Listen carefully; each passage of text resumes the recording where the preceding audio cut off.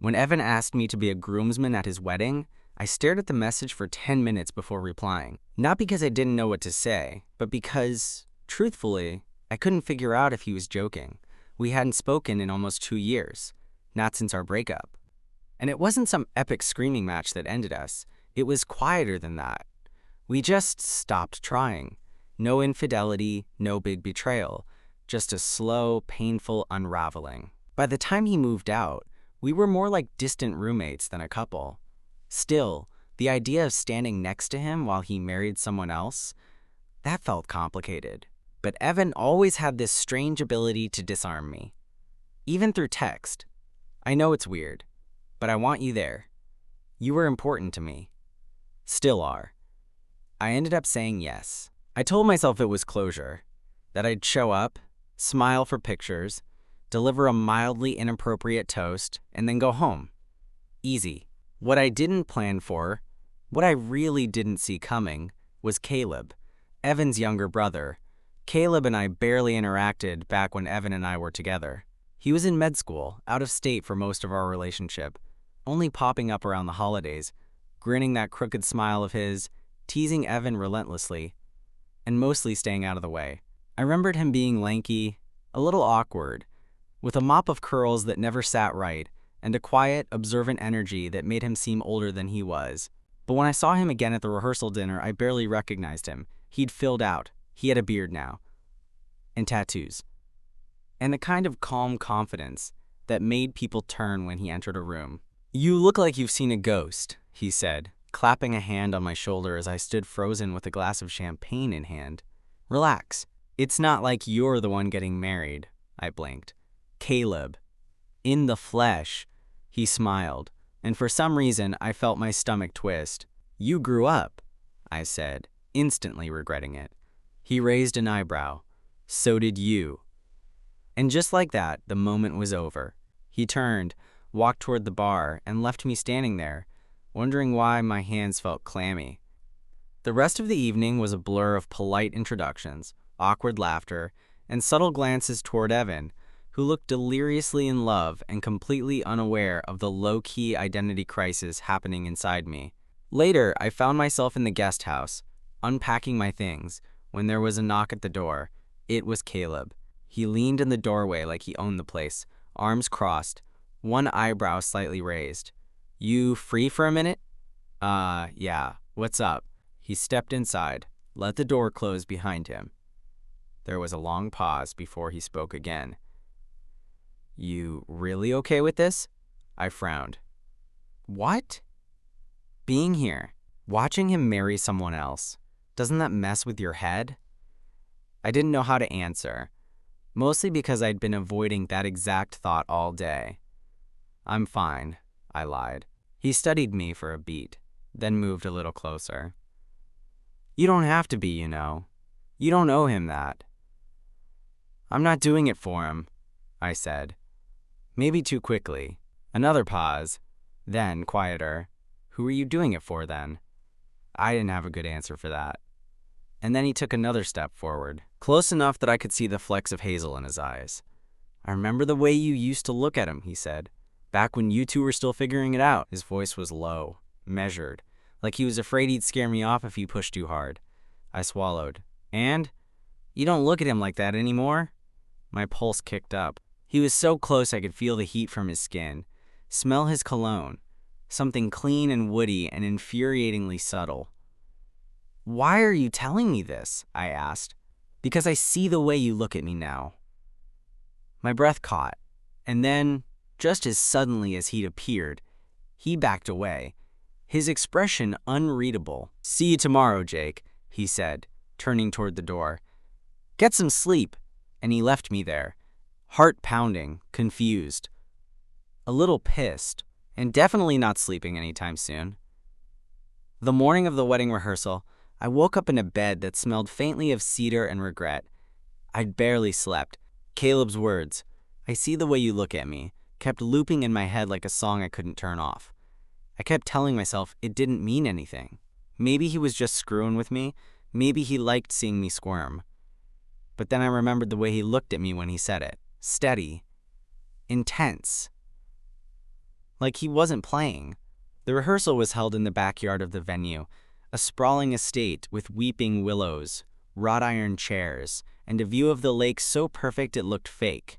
The whole thing felt like a dream Evan and I used to talk about when we were still together, back when we thought that dream might belong to us.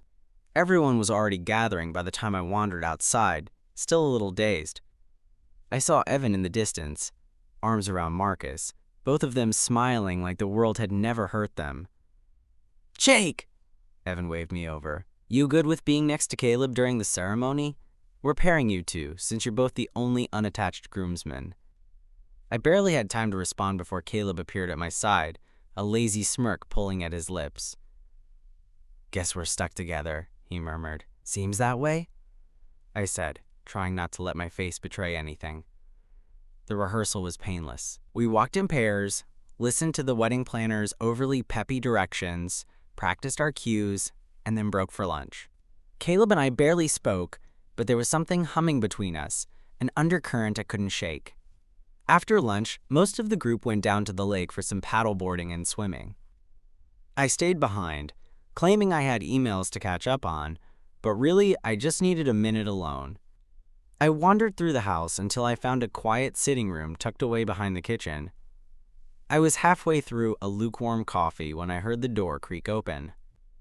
It was Caleb. "You're avoiding the lake?" he asked, stepping inside without waiting for permission. I raised an eyebrow. "Didn't realize you were keeping tabs on me," he shrugged. "Maybe I just noticed." I watched him cross the room and sit across from me, lounging back in the chair like he'd been born in it. "You always this observant?" I asked. "Only when I'm interested." The word hung in the air like gunpowder. I set my coffee down, heartbeats suddenly loud in my ears. "Why are you doing this?" I asked quietly. "Doing what?" "This, whatever this is, you're Evan's brother." He held my gaze. "And you're Evan's ex." "Exactly." He leaned forward, elbows resting on his knees. "Do you still want him?" The question landed with a thud in my chest. "No," I said, and I meant it. "Then what's stopping you?" I didn't answer. Not because I didn't have one, but because I had too many.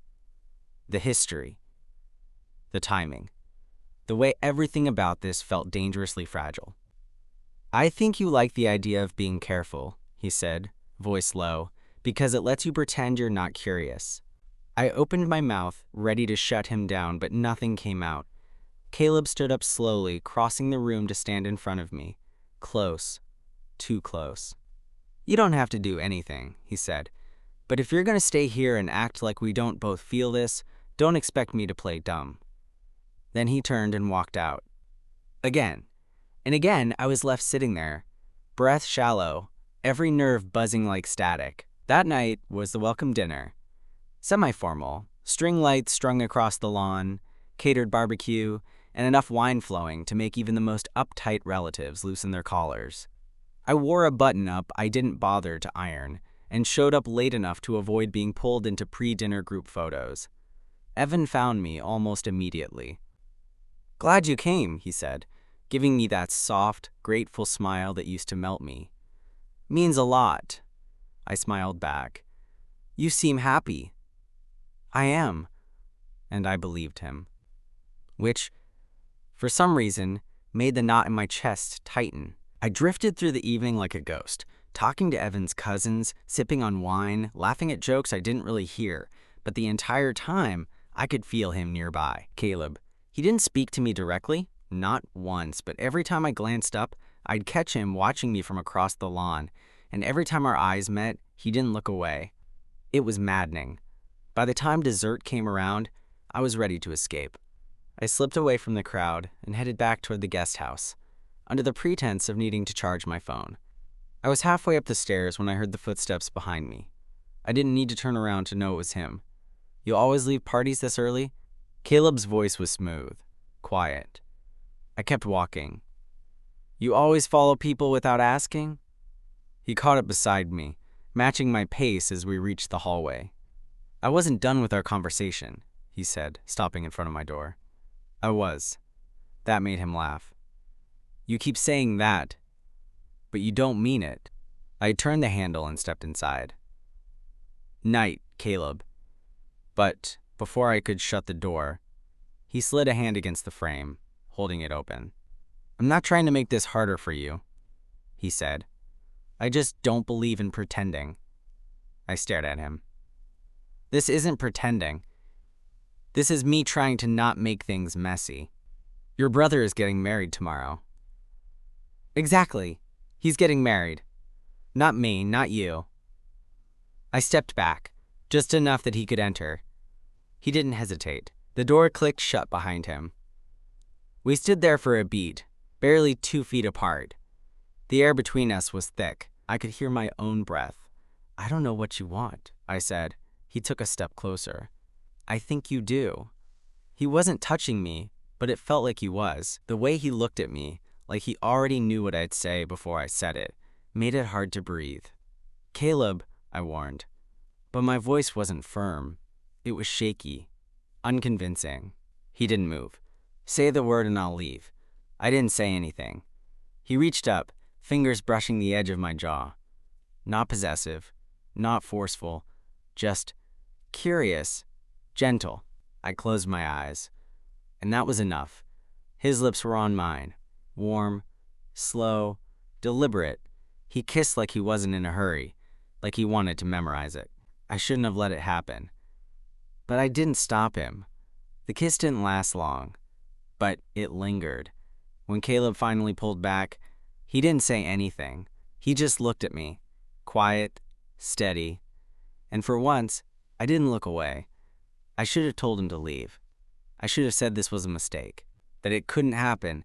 Not here, not this weekend, not with his brother marrying my ex, just a few hours from now. Instead, I sat down on the edge of the bed, heart pounding like I had just sprinted a mile. Caleb stayed standing. I didn't come in here to mess with your head, he said softly. I scoffed, more tired than annoyed. Then you've got a weird way of showing it.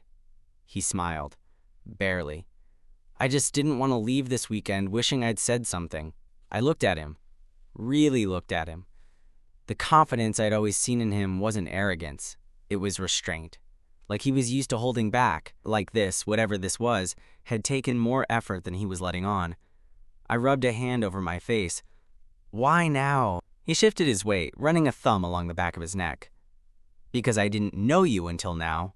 Not really. I only saw you through Evan's lens. And now that I've had time around you without that filter. He trailed off, then met my eyes again. You surprised me. I wanted to believe it. I did. But I was too caught between guilt and desire to let it land fully.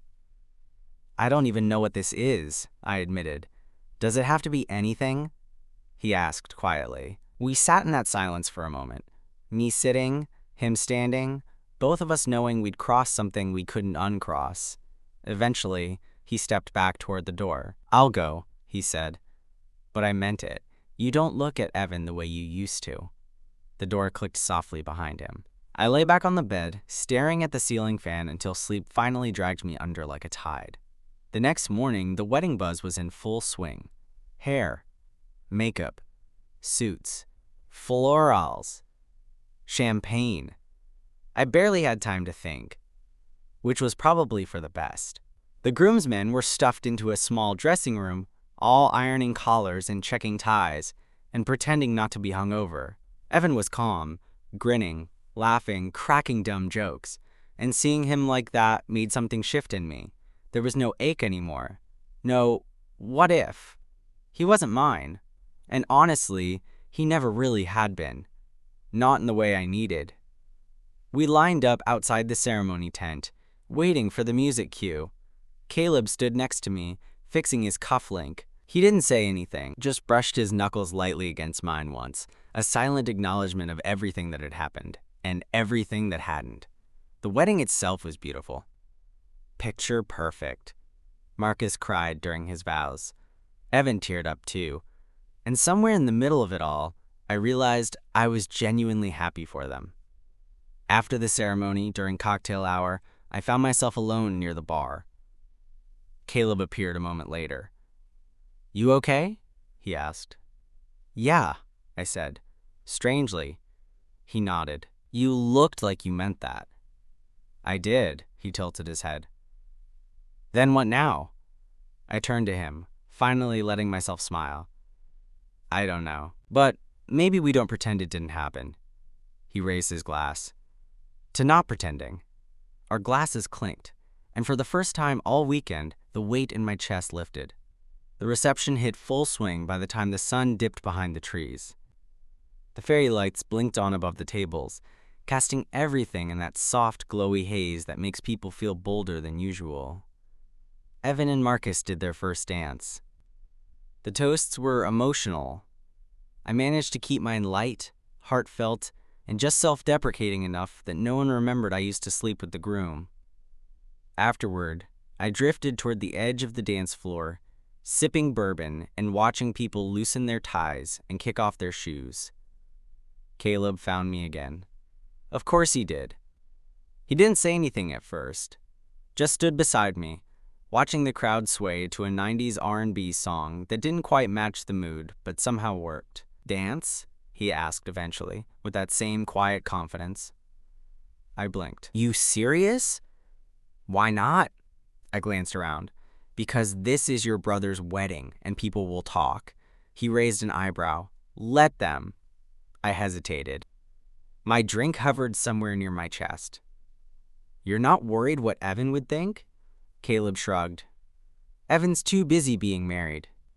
And I'm too old to pretend I care what people whisper behind my back. I stared at him. He stared back. And then, before I could overthink it, I set my glass down and let him lead me onto the floor. We didn't do anything flashy. It wasn't that kind of dance. It was slow. Casual. Just two guys swaying to the rhythm, his hand resting lightly on my hip, mine on his shoulder. Nobody said anything. Maybe nobody even noticed. Or maybe they did and decided not to care. You always this fearless? I asked. He smirked. You'd be surprised how long I've spent being not fearless. Got kinda sick of it. I let that sit for a second, then nodded. I get that. When the song ended, we didn't move right away. Just stood there in the low lights, close enough that I could feel the warmth of his chest under his shirt. You want to get out of here? He asked, his voice soft, low, just for me.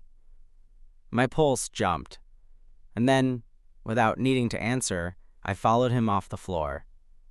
We didn't go far. Just back to the guest house, the same room I'd stood in the night before. Heart pounding, unsure of what I was walking into. This time, I wasn't unsure. He shut the door behind us, and I reached for him first. The kiss was slower this time, deeper, like we were making up for all the time we didn't spend getting to know each other. His hands found my jaw, my back, pulling me closer until there was no room for questions. When he pulled away, just barely, he whispered, "You sure?" I nodded. "Yeah, I'm sure." And that was all either of us needed. The morning after the wedding, the house was quiet. Sunlight bled through the blinds in soft stripes. Somewhere in the main kitchen, I could faintly hear someone making coffee. Probably Evan's mom, who hadn't stopped hosting since she stepped onto the property. But in our room, everything was still. Caleb was already awake, lying beside me, one arm tucked under his head, the other resting lightly across my stomach like it belonged there. Like this was normal. Like we hadn't crossed every invisible line the night before. "Morning," he said, voice rough with sleep. "Hey." I looked over at him, unsure what to say. Was this a one-time thing? Was it the wedding haze? Or was this something we'd been circling around for longer than either of us wanted to admit? He must have seen something shift in my face because he reached out and touched my wrist. Lightly. "You good?" "Yeah," I said, then added, "Just thinking." He nodded. "Me too." We lay in silence for a moment. Then he said, "I know this is complicated." I let out a dry laugh. That might be the understatement of the year. He sat up, the blanket slipping off his chest. "I'm not trying to make your life messy, Jake, but I meant what I said. I'm not pretending. Not about this, not about you. I looked at him, heart pounding. I don't know what happens next, I admitted. Like, what does this even mean? He gave a small shrug. It means I'm interested. It means I don't want this to be a one-night thing. It means if you're open to it, I'd like to see where it goes. Even with the whole brother of your brother's ex thing?